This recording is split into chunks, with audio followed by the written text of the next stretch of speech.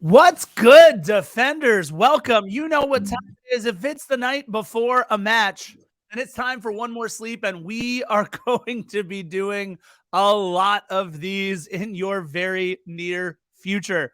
Hopefully, you know my voice. I continue to call myself the fourth most popular host of Defenders of the Bank. It's J.R. Liebert, the Scarf, and his new name for today would be Philly Mercury, everybody. Yeah, so if you look behind my shoulder, there's a bicycle tire right there. And so the minute I'm like, oh, bicycle, Queen, Philly Mercury. That's today's name. And I'm going to keep this one for after Sporting Kansas City because I got a whole new story. But you're right. We are going to be doing a lot more of these one more sleeps. So we might as well start entitling these things no more sleeps because we're not going to be sleeping very much here in the month of May, the month of June. Once Leagues Cup really gets finalized, the month of July, we're not going to have any sleep until the end of this season. I thought you very quickly said, but you're right. And I thought you were going to agree with me being the fourth most popular host, of course, after the Angel City. No, because I wouldn't be agreeing with you because that's a lie, Scarf. You got to give yourself a little more credit than that. Just because the girls were on doesn't make you the fourth most. You, my friend, are the fifth most popular person on this podcast. Yeah, I was going to say hello. The millions and millions. They love Hello Kitty. Isn't that right? Yes, Mr. Scarf. I am the fourth most popular, if not the first most popular person on this podcast.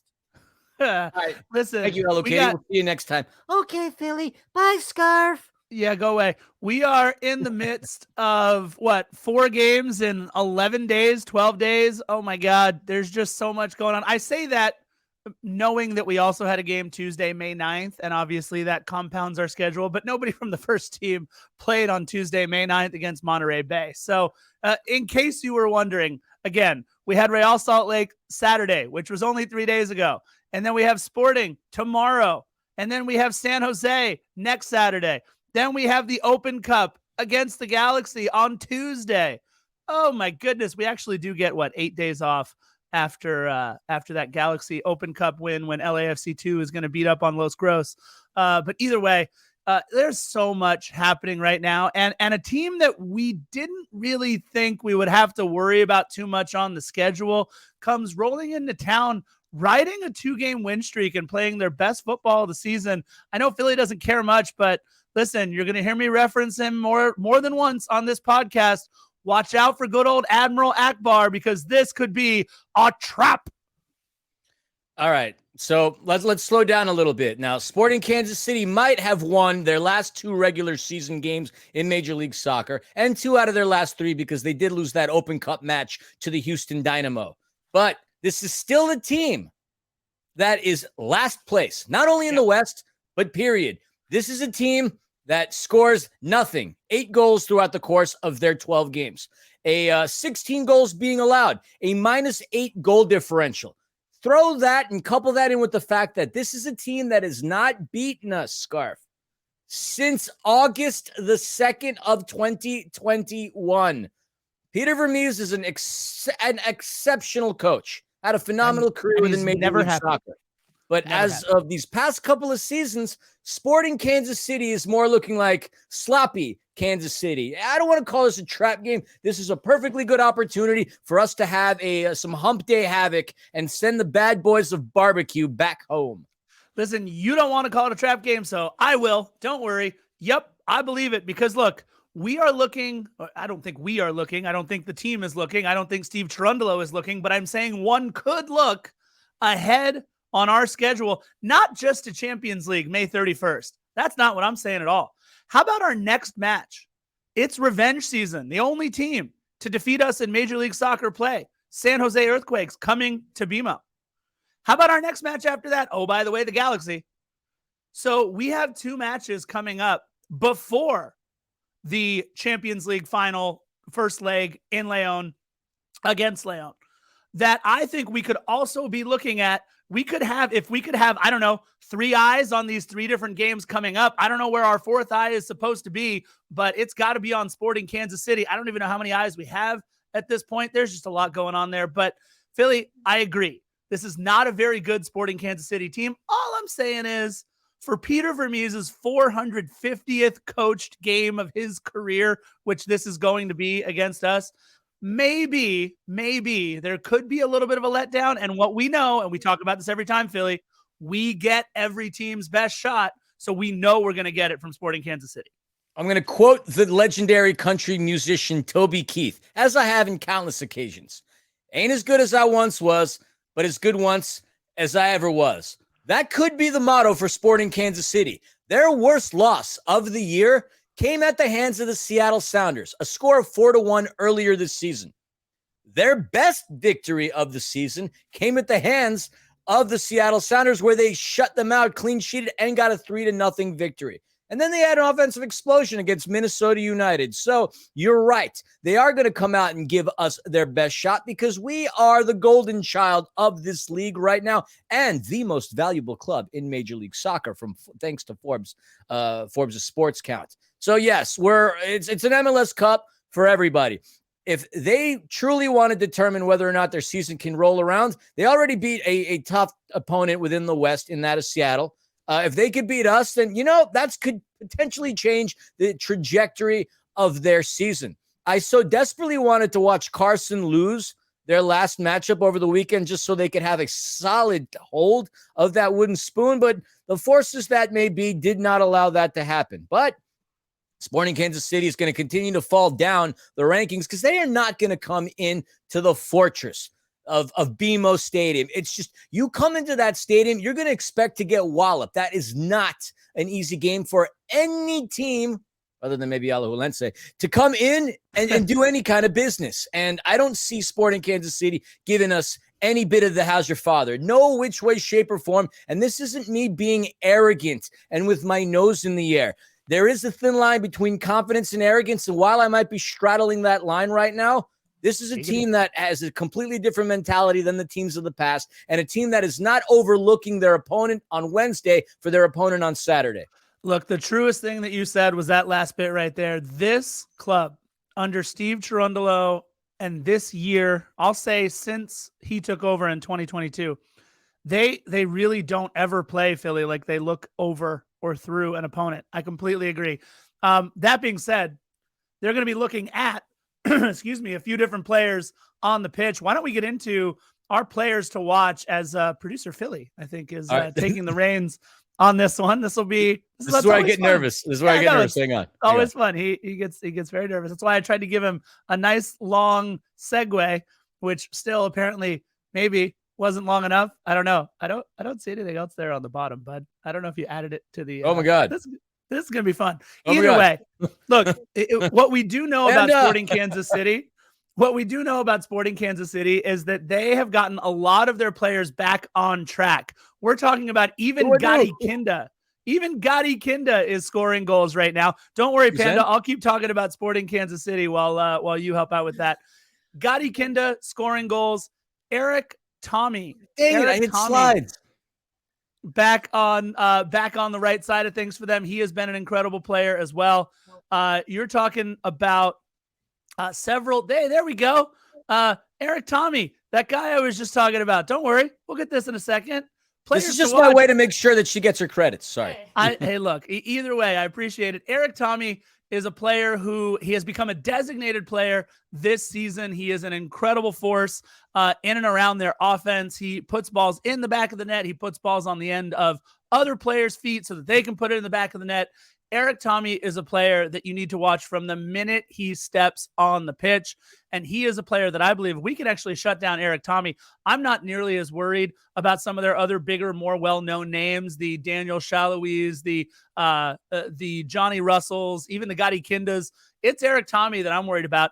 And I think what Denny Bwanga helped start last match is the avalanche that Major League Soccer will come to know as one Mateusz Bogusz. Mati scored on the penalty kick that he had no real right or he had no business calling for. He didn't call for it. Denny Bwanga put him on the line, said, "You take it, kid." And he absolutely buried it with a hard shot low and right. And it was a beautiful, Beautiful penalty kick. And now that he's seen one, Philly, you're a basketball guy. You know, all you got to see is maybe one or two go through the hoop, and all of a sudden that hoop starts looking like an ocean. I think that's what the goal is going to begin to look like for one, Mateusz Bogusz, Eric Tommy, and Mati Bogusz. Those are my two players to watch.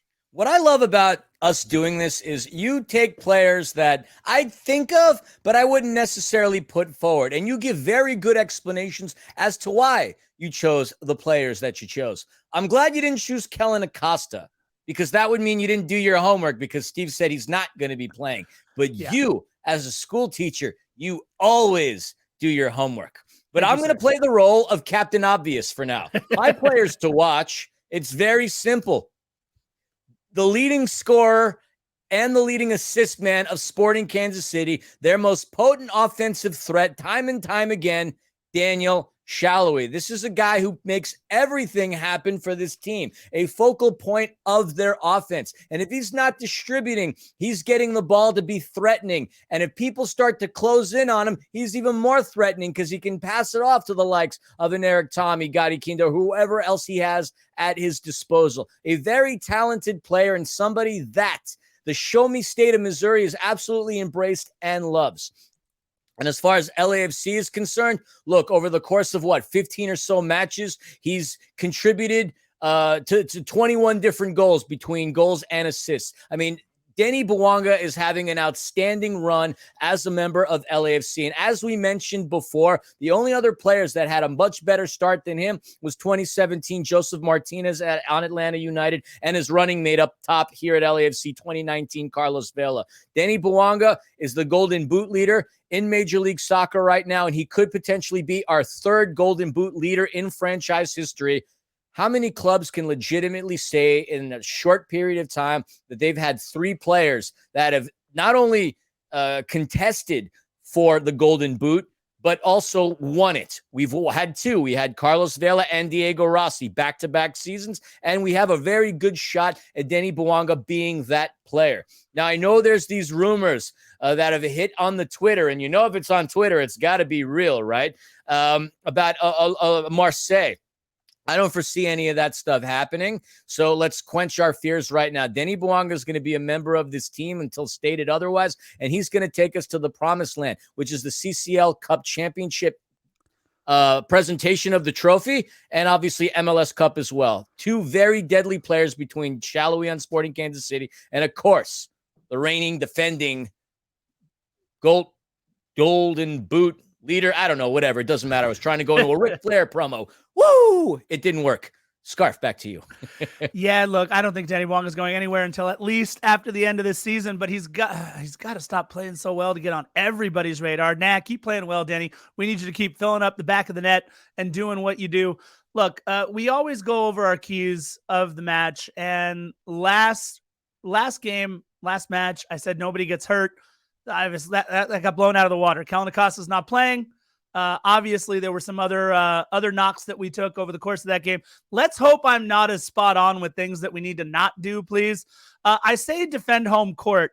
We have lost to 8 different clubs in our Major League Soccer regular season history at BMO, Bank of California Stadium, whatever it's been named. We have lost to 8 clubs. There is only one club in the history of the black and gold that has defeated us twice during the regular season at home. That would be Sporting Kansas City. So we got to defend home court, because this is a club. They have 4 wins in their 9 matches against us. That's the 3rd best all time. This is a club that comes in having beaten us twice already at Bank of California Stadium /BMO. So either way, this is a club led by Peter Vermees and Johnny Russell, guys that walk into the building kind of with that Connor strut when they come in to any stadium. It doesn't matter where they're at. We need to make sure that we approach this like the sacred ground, the cathedral of the black and gold that it is, and we need to defend our home turf better than we have, at least that we've shown we have this season when it came to Alajuelense. So we need to be really careful and defend our home court. The other thing we need to do, I've already talked about it, ignore your inner Admiral Akbar. This might seem like a trap game with San Jose and the Galaxy looming, and then obviously Leon, but we have to ignore our inner Admiral Akbar. This can't be a trap game. We need to approach this just the way you said last match, Philly. Score early, score often, step on their throats, take them out of the game early, ignore our inner Admiral Akbar. I like it. It's a trap. Let's not make it a trap. That's a trap. My keys to the game are quite simple. Look, this is a team that's got 8 goals over the course of the regular season. Let me flip the slide. Yeah, there you go, Philly. This is a team that's got 8 goals over the course of the regular season, all right? 25% of them come by way of Daniel Shalhoub. You got Eric Tommy that's got one, Johnny Russell that's got one, and then, well, you could do the math and figure out the rest. So to me, this isn't a team that has a great deal of offensive threats. That being the case, if you want to blank them, you just shut down Daniel Shalhoub. I mentioned this somewhat easily on that One More Sleep for San Jose. I think what I forgot the term was, like demolish or destroy Christian Espinosa. Well, we didn't destroy Christian Espinosa, and he smacked us with a couple of goals. Not very bueno. You shut down Daniel Shalhoub. That's 2 goals and 3 assists on the season. Contributed to 5 out of the 8 goals for Sporting Kansas City thus far. If he doesn't have himself a good game, this team is not going to have themselves a good game. If he rises to the occasion in the ways that he has the ability to, then we have much more of a game and much more stuff to worry about. But you shut down Daniel Shalhoub, you shut down Peter Vermees' entire offense. I don't have the confidence in the Eric Tommies of the world to go out there and produce. To me, the main producer on this team, Daniel Shalhoub. He has a bad game, as does Sporting Kansas City. Just one for you today. I'm impressed. All right, only one key to the match. I like it. Hey, got to keep you on your toes. Yeah, you're getting awfully confident in this matchup against Sporting Kansas City. You know, I'm going to play it a little closer to the vest. It took every part of me not to suggest our most popular scoreline of the season. Of course, that would be the 3-0 scoreline that we have achieved, 4 or 5 times already on the season. I tempered expectations just a little, and instead of 3-0, I went with 2-0. Oh, I thought you were going to build it up a little more. Nah, I went with 2-0 on the scoreline. I don't know how much more I can build up. I don't look at the end of the day. Am I worried this could be a little bit of a trap game? Sure. Do I know that we're going to get Sporting Kansas City's best shot? And do they have some fantastic players in Johnny Russell and Daniel Shalhoub and Gadi Kinda and Eric Tommy? Sure. But at the end of the day, I've seen the back line. I've seen John McCarthy, and let's hope he's 100%, right? I've seen our team defense, and I'm talking guys, not just Aaron Long, who's been incredible these last couple matches, but I'm talking Carlos Vela and Denny Bawanga in the box, winning balls, getting them out of our attack, our defensive third. I see our team rallying around each other. I see this club playing the best team defense. I don't know. It's going to take an odd handball in the box, right? Or a Danilo Maldonado tackle in the 18. It's going to take something like that lately for a team to score. And while I do think Johnny Russell can manufacture a moment, I just don't think they have enough ability to put things together to even get in the back of the net. I think it's going to be 2-0 LAFC. I like that scoring line. It's a fair scoring line, and you gave a very good explanation as to why. My scoring line, unpredictably so, is work spacebar, is the same as yours, 2-0. I feel that LAFC is going to come out of the gates hot, absolutely blitz the hell out of Peter Vermees and his back line. They're going to get up early, and they're going to stay that way, and then eventually the game's going to change in terms of substitutions. And either way, nobody's going to score from Sporting Kansas City. Now, from what I heard, John McCarthy is questionable for tomorrow's match. But that's fine. We got Uncle Eldon, who is a proven veteran in this game, lately being more proven than that of our old friend Kenneth Vermeer, who was subsequently, his career ended today. Scarf, I know you showed us the tweet. Uncle Eldon is the best veteran keeper that we have ever had. Maxime Crepeau, not a veteran. He hasn't been around as long as the Eldon. I will say that Eldon's way better than Kenneth Vermeer, at least within Major League Soccer is concerned. So I'm confident that one way or another, well, whether or not J-Mac is not questionable and appears, or whether or not Uncle Eldon is on the pitch for us, we are getting the clean sheet against Sporting Kansas City. Uncle Eldon, man. All right. Yeah. Look, maybe because you're the elder statesman of this podcast, you can get away with stuff like that. I don't know that I could, but look, I think this is going to be a fun match. These Wednesday matches, look, man, podcasting at 1 a.m. when you have to teach on Thursday, that's definitely a thing, but I'm going to enjoy it. It's going to be another opportunity to be at BMO. It's going to be another opportunity to be in the Cathedral of the Black and Gold, obviously, for us to hang out and for everybody. It's going to be a fun one, but it's definitely a gauntlet right now. 4 matches in 12 or 13 days. It's going to be a lot of fun, my friend. It is. And real quick before we go, I'm a little disappointed you didn't point out the very obvious bit of swag that I have on my lapel. The giant Defenders of the Bank pin that you got. Yeah, there's that. There's the koozie. There's the coaster. To quote the words of the great Yogurt from the movie Spaceballs, merchandising. That's right, Defenders. Merchandising. We are very close to having merchandising. Stay tuned for that. That's all I'll say. Hey, and with that, why not? We've talked enough about this match. This match is hopefully this one more sleep will be way more exciting than this match. Let's hear the fun guitar riff. Why don't you count me in? Oh, 3,